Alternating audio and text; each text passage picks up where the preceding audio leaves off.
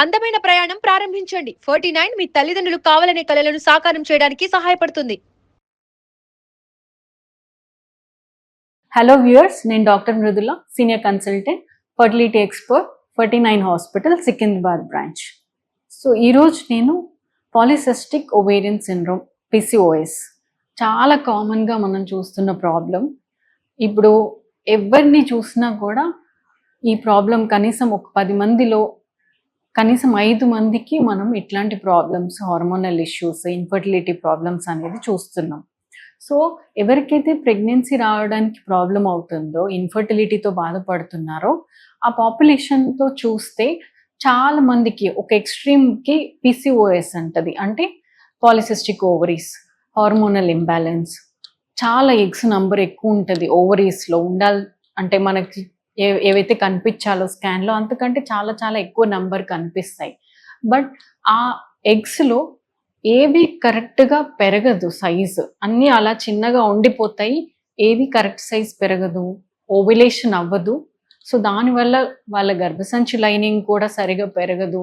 Irregular periods, hormones కరెక్ట్గా ఉండకపోవడం వల్ల పీరియడ్ రాకపోవడము, లేదంటే ఇర్రెగ్యులర్గా రావడము, 2-3 మంత్స్కి రావడము, అండ్ ప్రెగ్నెన్సీ రాకపోవడం. అండ్ తర్వాత ఇంకొక ఎక్స్ట్రీమ్ కూడా ఉంటుంది. చాలా మంది కన్ఫ్యూజ్ అయిపోతూ ఉంటారు. ఇరెగ్యులర్ ఉంది అంటే పిసిఓడి అని కన్ఫర్మ్ అనుకుంటారు స్కాన్ చేయించుకోకుండా. బట్ ఇంకొక ఎక్స్ట్రీమ్ కూడా ఉంటుంది పాపులేషన్లో, ఎవరికైతే ఇరెగ్యులర్ పీరియడ్స్ ఉన్నాయో, విచ్ ఈస్ వెరీ సీరియస్గా కన్సిడర్ చేయాల్సింది ఏంటంటే ఎగ్స్ చాలా తక్కువ ఉండడం. సో ఏజ్ తక్కువనే ఉండొచ్చు, బట్ వాళ్ళ ఎగ్ రిజర్వ్ ఉండాల్సిన దానికంటే చాలా తక్కువ ఉండొచ్చు. పూర్ ఓవేరియన్ రిజర్వ్ అంటాం. సో ఏజ్ తక్కువనే ఉంది కదా, బాగుండొచ్చు అని అందరూ అనుకుంటారు. బట్ కొంతమందిలో అట్లా ఉండకపోవచ్చు.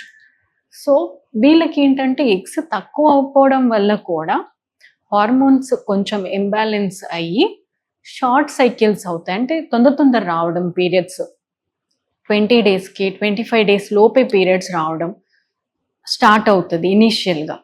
తర్వాత మెల్లిమెల్లిగా ఇంకా ఎగ్స్ తగ్గిపోయాక చాలా డిలే అయిపోవడము, 2-3 మంత్స్కి రావడము నెక్స్ట్ స్టేజ్ అనమాట.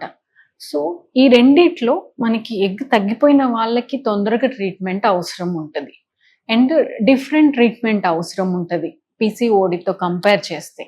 సో రెండిటి కన్ఫ్యూజన్ అవ్వద్దు, కంపల్సరీ స్కాన్ చేసుకోవాలి, ఎగ్ రిజర్వ్ ఎట్లా ఉంది చెక్ చేసుకోవాలి. పిసిఓడి ఉంటే దాని మేనేజ్మెంట్, తక్కువ ఎగ్స్ ఉంటే దాని మేనేజ్మెంట్ డిఫరెంట్గా ఉంటుంది. సో పిసిఓడి వాళ్ళకి ఏంటంటే పిసిఓఎస్ అంటాం. అంటే సిండ్రోమ్ అంటే ఓన్లీ హార్మోనల్ ఇంబ్యాలెన్స్ కాకుండా స్కాన్లో పాలిసిస్టిక్ ఓవరీస్, అంటే నీటి బుడగలు ఉంటాయి ఓవరీస్లో, తర్వాత ఇరెగ్యులర్ పీరియడ్స్ ఉంటాయి, చాలా వెయిట్ గెయిన్ అవ్వడము, అంటే ఫుడ్ తినకపోయినా వాళ్ళు ఎక్కువ వెయిట్ గెయిన్ అవుతూ ఉంటారు.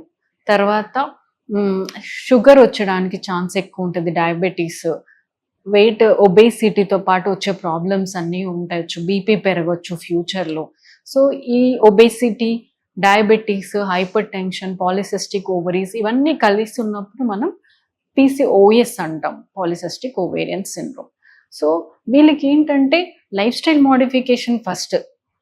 కొంచెం వెయిట్ లాస్ అనేది చాలా డిఫికల్ట్ వీళ్ళకి because of hormonal imbalance. But మంచి ఎఫర్ట్స్ తోటి, డైట్ తోటి, ఫిజికల్ ఎక్సర్సైజ్ తోటి, అండ్ చిన్న మెడిసిన్స్ యాడ్ చేయడం ద్వారా వాళ్ళు వెయిట్ లాస్ అవ్వచ్చు.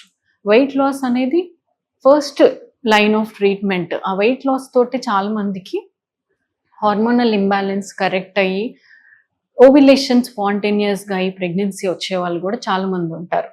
So first line is life style modification, diet, exercise, and sleep కరెక్ట్గా ఉండడం, స్ట్రెస్ మేనేజ్మెంట్ చేసుకోవడం, ఇవి ఫస్ట్ లైన్ ఆఫ్ ట్రీట్మెంట్.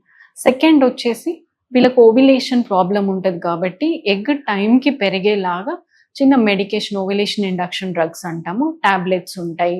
లేదు టాబ్లెట్స్ తోటే అంత ఎఫెక్ట్ లేదు అన్నప్పుడు we can add some injections. So ఇచ్చినాక మనం మళ్ళీ చూడాలి స్కాన్ చేసి, దాంతో పెరిగిందా లేదా ఎగ్ అనేది కంపల్సరీ ఫాలిక్యులర్ స్టడీ చేసుకొని పెరుగుతుందా, రెస్పాన్స్ ఉందా లేదా అని చూసుకొని దాన్ని బట్టి మళ్ళీ నెక్స్ట్ ట్రీట్మెంట్ ప్లాన్ చేసుకోవాలి. సో ఈ చిన్న ఓవ్యులేషన్ ఇండక్షన్ డ్రగ్స్ ద్వారా చాలామంది కన్సీవ్ అవుతారు. కొంతమందికి ఎవరికైతే చాలా సివియర్ ఇష్యూ ఉంటుంది, అసలు ఎగ్ పెరగట్లేదు, మెడిసిన్ ఇచ్చిన ఇంజెక్షన్స్ ద్వారా పెరగట్లేదు అంటే నెక్స్ట్ లాప్రోస్కోపిక్ ఓవేరియన్ డ్రిల్లింగ్ అంటాం. ఇది అందరికీ అవసరం ఉండదు, ప్రతి ఒక్క పీసీఓడి పేషెంట్కి అవసరం ఉండదు. ఓన్లీ ఎవరికైతే మెడిసిన్స్తో రెస్పాన్స్ లేదు, దెన్ అండ్ ఫాలోఅప్ కూడా ఎవ్రీ టైం రాలేరు ఎవ్రీ మంత్ అన్నప్పుడు వాళ్ళకి పిసిఓ డ్రిల్లింగ్ చేసి వాళ్ళు కొన్ని రోజులు న్యాచురల్గా ట్రై చేసుకోమనొచ్చు. లాస్ట్ ఆప్షన్ వచ్చేసి వాళ్ళకి ఐవీఎఫ్ ఉంటుంది. మెడిసిన్స్తో ఎగ్ పెరగట్లేదు చిన్న డోసెస్తో అంటే మనం కొంచెం ఎక్కువ డోస్ ఇచ్చి ఐవీఎఫ్ చేసుకోవడం ద్వారా వాళ్ళకి ప్రెగ్నెన్సీ ఛాన్స్ ఎక్కువ ఉంటుంది. Thank you.